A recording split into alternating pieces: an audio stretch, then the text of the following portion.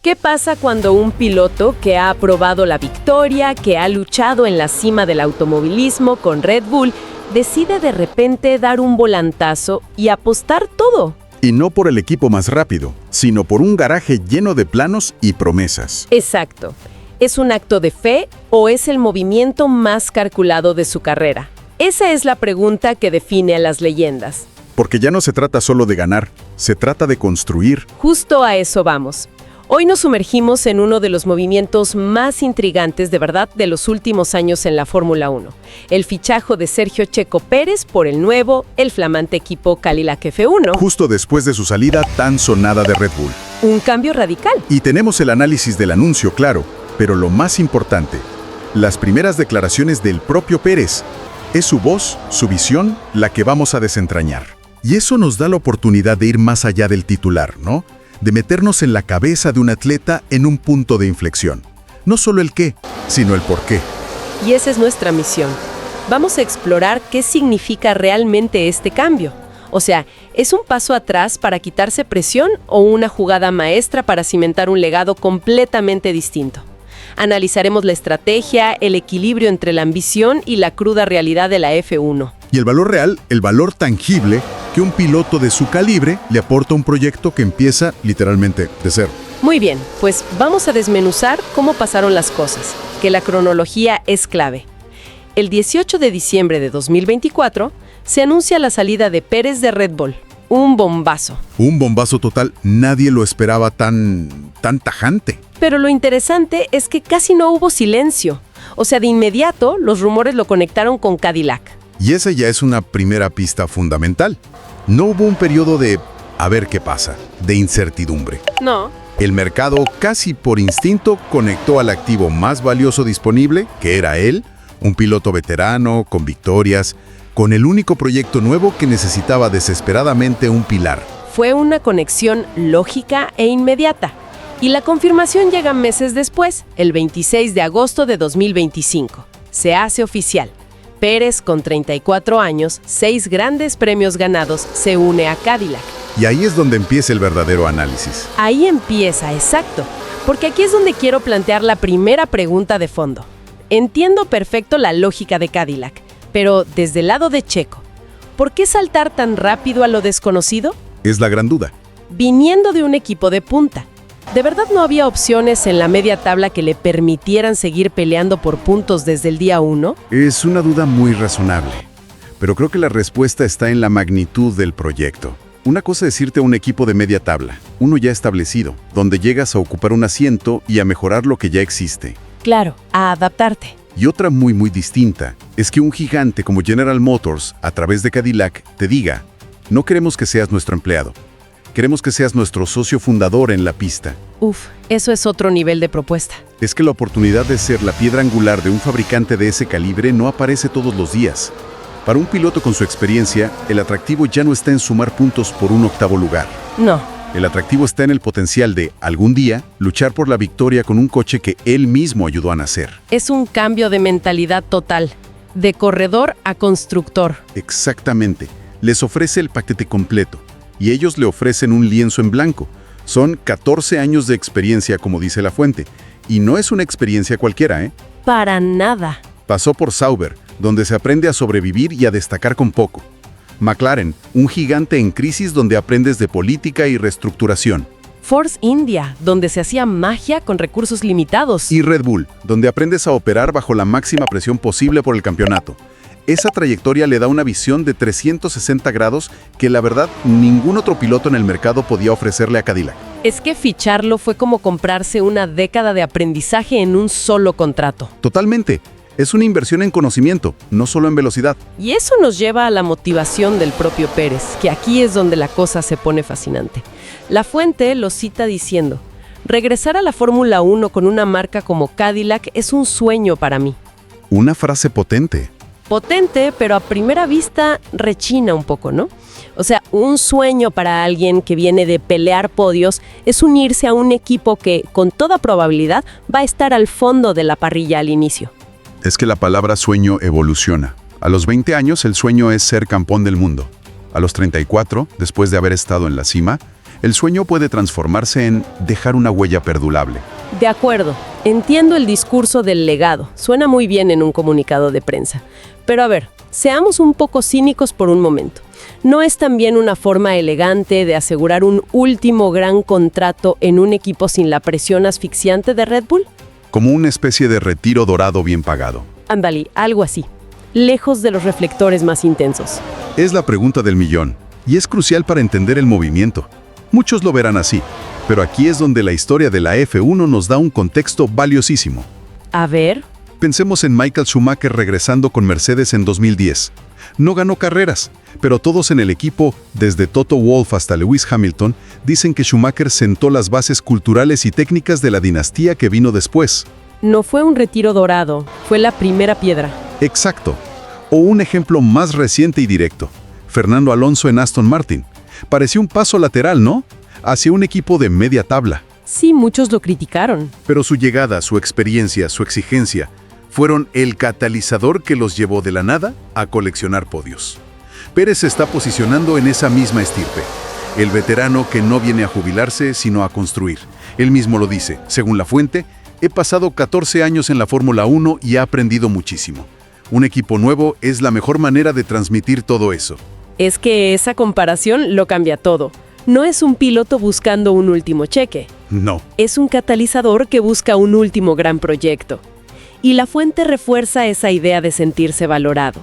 Cita a Pérez diciendo, desde el primer día demostraron que querían hacerme realmente parte de este proyecto. Y eso después de la dinámica tan particular de Red Bull, donde era evidente que había un número uno muy claro. Uf, claro. Llegar a un sitio donde tu voz no solo es escuchada, sino que es la más importante de todas, debe ser un cambio revitalizante. Sin duda, es la diferencia entre ser el mejor actor de reparto y ser el director de la película. La satisfacción es completamente distinta. En Red Bull su rol era claro, casi defensivo. Aquí es el arquitecto jefe. Y esa responsabilidad para un deportista de élite es un combustible potentísimo. Pero claro, la F1 es un deporte brutalmente realista. Y aquí entra la parte más pragmática. Pérez usa una frase clave para anclar las expectativas. Todo el que entiende la Fórmula 1 sabe que este es un proyecto a largo plazo. Esa frase es en esencia una advertencia. Es una declaración de principios, es decirle al mundo y sobre todo a sus propios fans, tengan paciencia, esto no va a ser inmediato. Exacto. Y aquí es donde me surge otra duda. Lo que no me termina de cerrar es la aparente contradicción en sus palabras. Por un lado, pide paciencia, habla de largo plazo. Sí. Pero por otro, la fuente recoge que tiene mucha confianza en que podremos avanzar con rapidez. La historia de la F1 está llena de cementerios de equipos nuevos con mucho dinero y grandes ambiciones. El caso de Toyota es el más famoso. Pensemos en el fracaso estrepitoso de Toyota, que invirtió miles de millones sin una sola victoria. ¿Qué le hace pensar a Pérez que Cadillac será diferente y podrá avanzar con rapidez? Esa es la tensión central de cualquier nuevo proyecto en F1. Y para reconciliar esas dos ideas, hay que redefinir avanzar con rapidez. No significa podios en la primera temporada. Ok, entonces, ¿qué significa? El progreso rápido para un equipo como Cadillac se mide con otras métricas. Primero, fiabilidad. El coche termina las carreras o se rompe cada 2x3. Lo básico. Segundo, la curva de desarrollo. Las mejoras que traen de la fábrica a la pista funcionan como se esperaba o son un paso atrás. Eso demuestra que la correlación entre el túnel de viento, el simulador y la realidad es buena, lo cual es vital. Entiendo. Y tercero, la brecha cronométrica. Si empiezan a 3.5 segundos de líder por vuelta y terminan la temporada a 2 segundos, eso es un avance rapidísimo y un éxito rotundo, aunque siguen siendo últimos. O sea que el éxito, en el primer año, ¿no se ve en la tabla de puntos? No, para nada. Se ve en las hojas de datos de los ingenieros. Exactamente. Y su confianza, a diferencia del caso de Toyota que mencionas, parece basarse en dos cosas. Primero, la gente. Pérez menciona que en Cadillac trabajan muchas personas con experiencia. No están improvisando. No es un equipo de garaje. Es un fabricante que lleva años reclutando talento de otras escuderías. Y segundo, y aquí está la clave, es que se han asegurado de tener un guía experimentado en el cockpit desde el día cero. Evitaron el error más común. Un error común de los equipos nuevos es fichar a dos pilotos novatos, rápidos pero sin experiencia, y se pierden.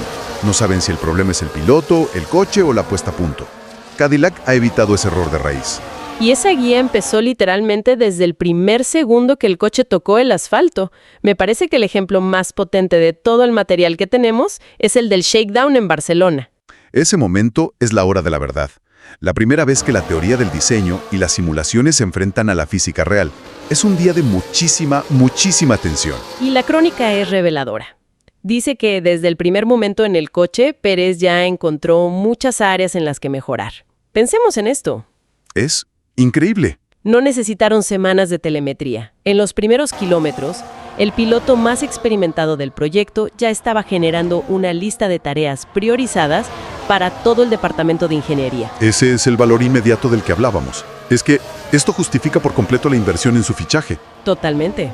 Un piloto joven y talentoso podría tardar media temporada en desarrollar la sensibilidad y el vocabulario técnico para dar ese tipo de feedback tan preciso y procesable.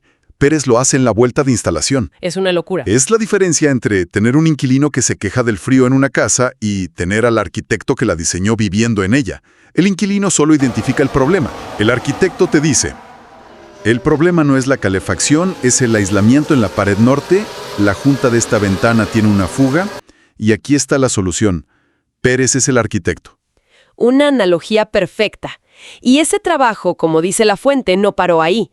Su declaración: ahora estamos trabajando duro para llegar lo mejor preparados posible a los test de Bahrein, nos dice que su rol no es pasivo. Para nada. No se limita a conducir y enviar un informe. Está metido en las reuniones, en el simulador, empujando al equipo. Y su papel ahí es doble. Es un acelerador y es un filtro.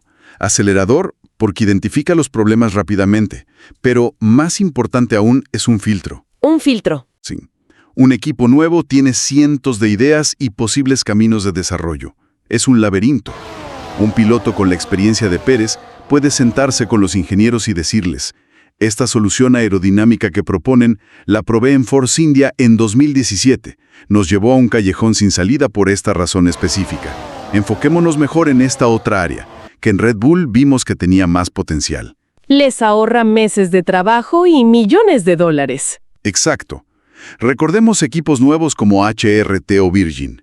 Tenían pilotos jóvenes y rápidos, pero pasaron años persiguiendo su propia cola, resolviendo un problema para crear dos nuevos, porque no tenían esa brújula. No tenían el mapa. No tenían el mapa que un veterano como Pérez proporciona. Entonces, si juntamos todas las piezas, ¿qué panorama nos queda? Primero, esto no es un retiro dorado. Es una alianza estratégica muy calculada. Totalmente. Cadillac obtiene una década de experiencia de la noche a la mañana y Pérez la oportunidad de construir un legado que va más allá de los trofeos. Segundo, la mentalidad es de un realismo absoluto. El mantra es proyecto a largo plazo. Saben que van a sufrir al principio. Pero la confianza se basa en que tienen los ingredientes correctos, personal y un líder claro para que el progreso sea constante y medible, aunque no sea espectacular al inicio. Y tercero, y quizás lo más importante, el valor de Pérez es inmediato y tangible. Su contribución más crucial, al menos en los primeros 2 años, no se verá necesariamente los domingos en la clasificación. No, para nada. Sino de lunes a viernes en la fábrica, en el simulador, en cada reunión técnica, convirtiendo datos en dirección. El shakedown de Barcelona fue la prueba irrefutable de ello. Su fichaje es la declaración de intenciones más potente de Cadillac. No vienen a rellenar la parrilla, vienen a competir. Y han entendido que para escalar la montaña más difícil del automovilismo, el atajo más efectivo es contratar al mejor guía posible. Todo esto nos deja un escenario fascinante para los próximos años. Hemos desglosado la lógica, la estrategia y la psicología detrás de este movimiento. Pero nos queda una pregunta flotando en el aire, una reflexión para el futuro. Ya establecimos que Pérez se une a esa estirpe de veteranos constructores como Schumacher o Alonso. Así es. La pregunta es: si tiene éxito, si realmente es la pieza clave que acelera el desarrollo de Cadillac y en 3 o 4 años los convierte en un equipo competitivo, un habitual de los puntos o incluso de los podios, ¿cómo cambiará eso la percepción histórica de su carrera? Vaya pregunta. Pasará a ser recordado más por haber sido el arquitecto de un proyecto exitoso desde sus cimientos que por sus victorias en grandes premios o su famoso rol como ministro de Defensa. ¿podría este capítulo, que hoy parece un paso atrás, convertirse en el más importante de todo su legado?